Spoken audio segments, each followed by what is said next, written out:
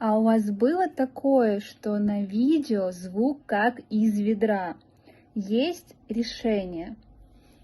Давайте проведем эксперимент. Я возьму колокольчик, и я буду на протяжении всего видео оставшееся вот так вот делать. А сейчас, вот именно после этого момента, пойдет звук, который издается после нейросети. Видите? Нейросеть убрала этот противный звук, который до сих пор у меня в ушах, и сделала мой голос более глубоким. А вот, кстати, этот сервис.